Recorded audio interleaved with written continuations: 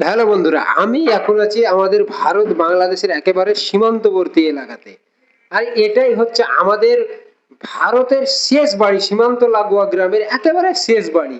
আর এই সময় শুরু হয়েছে পদ্মার যে ভাঙন, সেই ভয়াবহ পদ্মা ভাঙন।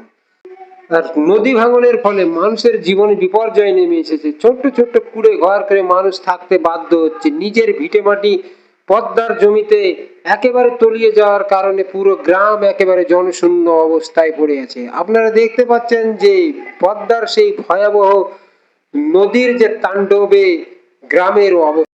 হ্যালো দোস্ত, এখন আমি আছি একেবারে আমাদের ভারতবর্ষের একেবারে শেষ ভূখণ্ডে, যেখান থেকে আমাদের ভারতের সীমানা শেষ।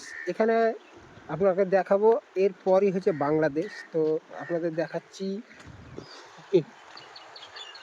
এই আপনারা যে সামনে যেটা দেখতে পাচ্ছেন এটাই হচ্ছে বাংলাদেশ। নদীটাই আমাদের একেবারে সীমারেখা।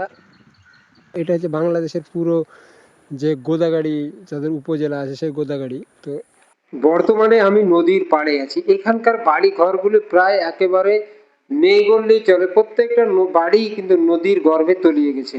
গ্রামটি প্রায় জনশূন্য হয়ে পড়েছে। মানুষ ভিটেমাটি ছেড়ে কিন্তু অন্য জায়গায় আশ্রয় নিয়ে নিয়েছে।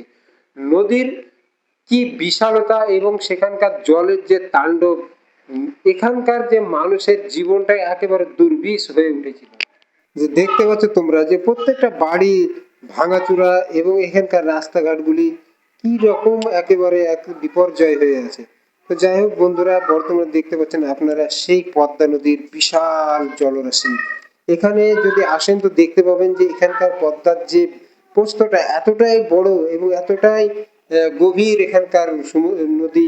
তো আপনারা দেখলে বা ভিডিওতে দেখে আন্দাজ করতে পারছেন যে এখানে নদীতে জলের পরিমাণটা কত। তো সামনে যেটা দেখছেন এটা হচ্ছে সেখানকারই গ্রামের কোনো মানুষের একটা বাড়ি। সে বাড়ি ঘর ফেলে দিয়ে অন্য জায়গায় আশ্রয় নিয়েছে।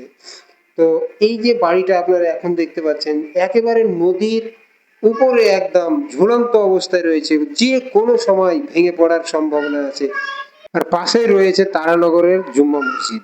এই জুম্মা মসজিদটি গ্রামের একেবারে মধ্যবর্তী স্থানে ছিল, কিন্তু বর্তমানে নদীর ভাঙনের ফলে মসজিদটি একেবারে নদীর প্রায় কাছাকাছি চলে এসেছে।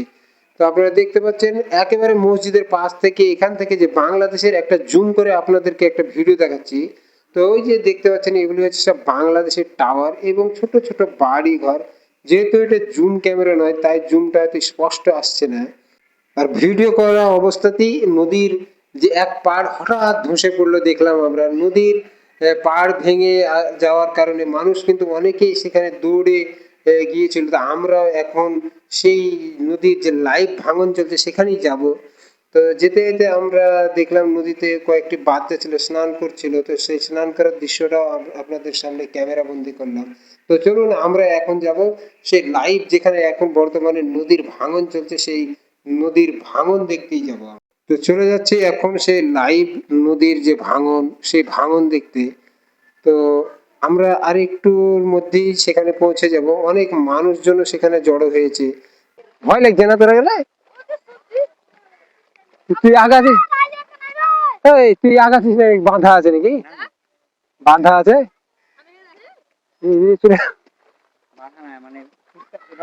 তো এই জায়গাটাই আপনারা দেখতে পাচ্ছেন যে এই জায়গাটাই কিন্তু লাইভ এখন নদীর যে ভাঙন শুরু হয়েছে, এখন ভাঙছে।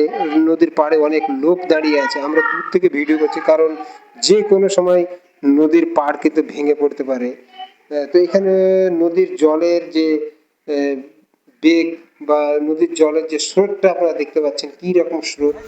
তো এখন আমরা যাব আরো একটু আগে যাব। নদীর যেখান দিয়ে আমরা হাঁটছি এখন বর্তমানে সেগুলি কিন্তু অনেকটা ফাটল ধরে আছে। তো কি ভয়ঙ্কর একেবারে নদীর যে ভাঙন, সেটা আপনাদেরকে দেখাবো। এখন প্রত্যেক পাড়গুলি একেবারে খাড়া অবস্থায় আছে, যে কোনো সময় কিন্তু ভেঙে পড়তে পারে। এই জায়গাটা এখন নদীর যে ভাঙন শুরু হয়েছে, এই জায়গাটা থেকে অনেকটা জায়গা গ্রামের দিকে ঢুকে গেছে। মানে এই যে আমরা হাঁটছি তাও ভয় লাগছে। গ্রামের অনেক মানুষ এখানে এসেছে। তো আমরা এখন সেই জমিগুলির উপর দিয়ে হাঁটাহাঁটি করছি, কারণ সাইডে যাওয়ার ভয় ভয়ের ব্যাপার আছে একটা। তো যাই হোক, নদীর যে জলের কাণ্ড প্রচণ্ড গর্জন করছে নদীর জল, আমরা দূর থেকেই দেখছি প্রায়। পানি তো আগের লেভেল হয়নি, পাহাড় থেকে 1.5 ফুট নিচে থাকে পানি। এই তো ওখানে এই যে এই জায়গাটাই ভাঙা গেছে। এলাকার তো মাথা ভাঙা গেছে, ওটা ফাটি আছে, ওখানে দাঁড়াইছে।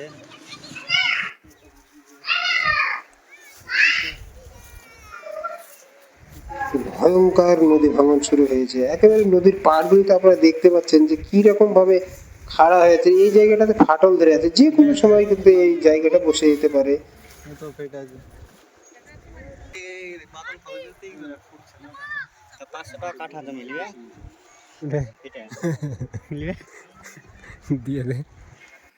আর গ্রামের মানুষের নদী ভাঙার ফলে গ্রামের মানুষ যে তাদের আস্তানায় কোনো রকম ভাবে তাদের কুড়ে ঘর করে এখন বর্তমানে আছে।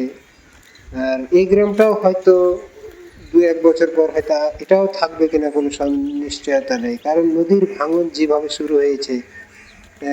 এই গ্রামের বাড়িগুলো যেগুলো দেখছেন সামনের বছর বা কয়েক বছরের মধ্যে থাকবে কিনা বলাও যাবে না। তো একেবারে ঝুলন্ত বাড়ি, এটাই আমাদের একেবারে সীমান্ত লাগোয়া গ্রামের একেবারে শেষ বাড়ি এবং ঝুলন্ত বাড়ি, পদ্মা নদীর উপরে একেবারে ঝুলন্ত অবস্থায় রয়েছে।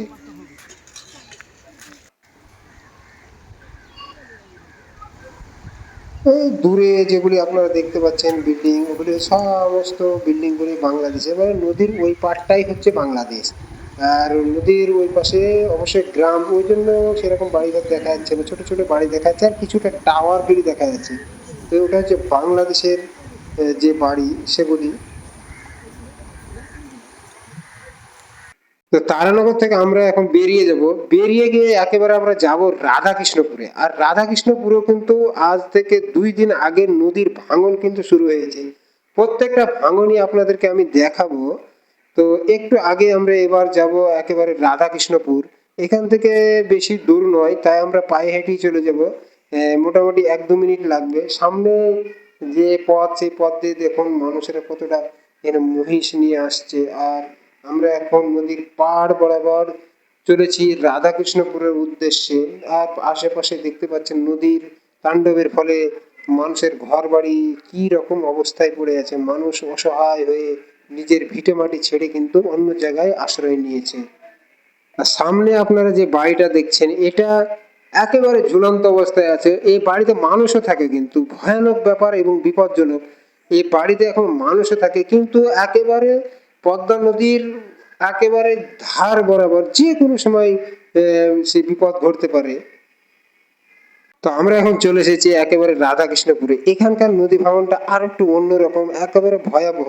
এখানে প্রায় 10 থেকে 20 বিঘা জমি একসঙ্গে পুরো পাটের জমি সমেত একদম পদ্মার যে গর্ভে তলিয়ে গেছে। আপনাদেরকে দেখাবো ওই জায়গাটা, এই জায়গাটাতে মোটামুটি 15 থেকে 20 বিঘা জমি একসঙ্গে বসে গিয়েছিল। অনেক পাটের জমি কৃষকের কিন্তু নষ্ট হয়েছে, পুরো পাট তো নষ্ট হয়েছে, সঙ্গে জমিও নদী গর্ভে চলে গেছে।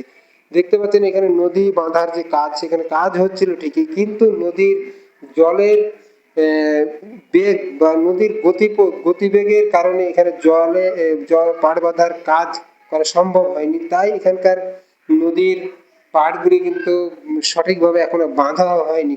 কিন্তু তারপরেই এখানকার 15 থেকে 20 বিঘা জমি একেবারে পদ্মা নদীর বুকে চলে গেছে।